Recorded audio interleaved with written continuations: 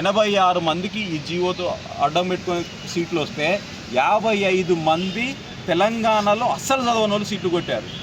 తెలంగాణకు రావాల్సినటువంటి 55 MBBS సీట్లను అప్పనంగా వేరే వాళ్ళ కట్టబెట్టింది ఈ ప్రభుత్వ లాయర్లు, ప్రభుత్వమే. కోర్టు చెప్పలేదు కోర్టుకు వచ్చిన వాళ్ళకి ఏమని. కోర్టుకు సరెండర్ అయ్యి అప్పుడున్నటువంటి కాంగ్రెస్ ప్రభుత్వం నిర్వహించినటువంటి లాస్ట్ ఇయర్ అభిషేక్ సంఘవి మను కోర్టుకు వచ్చిన అందరికీ లోకలిస్తామన్నాడు. దీనివల్ల తెలంగాణ విద్యార్థులు MBBS సీట్లను కోల్పోయారు.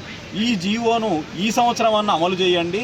గత సంవత్సరమే మీరు తీసుకున్నటువంటి తప్పుడు నిర్ణయం వల్ల మా విద్యార్థులకు సీట్ రాలేదు, మా పిల్లలకు సీట్ రాలేదని అంటే ఈ సంవత్సరం 135 మంది పోయినసారి కోర్టుకు పోతే దీన్ని అదునుగా చేసుకొని తెలంగాణలో కోర్టుకు పోతే MBBS సీట్ వస్తుందని ఈ సంవత్సరం 459 మంది కోర్టుకు పోయారు. ఇది హైకోర్టులో ఉన్నాయి, సుప్రీంకోర్టులో కేసు ఉంది. సుప్రీంకోర్టులో విద్యార్థుల పేరెంట్స్ తరఫున మేము కూడా రిటర్న్ స్టేట్మెంట్స్ అడిగితే ఇచ్చాం.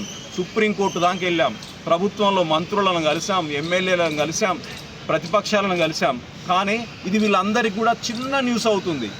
MBBS సీట్లు 100 సీట్లే కదా అనుకుంటారు.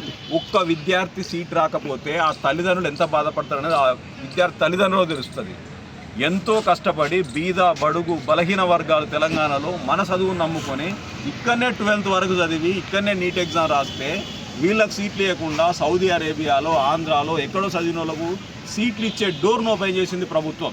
కాబట్టి ఈసారైనా ప్రభుత్వం సీరియస్గా స్పందించి తెలంగాణ సీట్లను తెలంగాణకే ఇవ్వాలి. తీర్పు ఎలా వచ్చినా తెలంగాణ విద్యార్థులకు న్యాయం చేయడానికి సుప్రీంకోర్టులో మీరు రీఅప్పీల్ చేసైనా మీరు ఎంత రిస్క్ తీసుకుంటారో తీసుకొని తెలంగాణ ఒక్క విద్యార్థి కూడా అన్యాయం జరగకుండా చూడాల్సిన బాధ్యత మీ మీద ఉంది.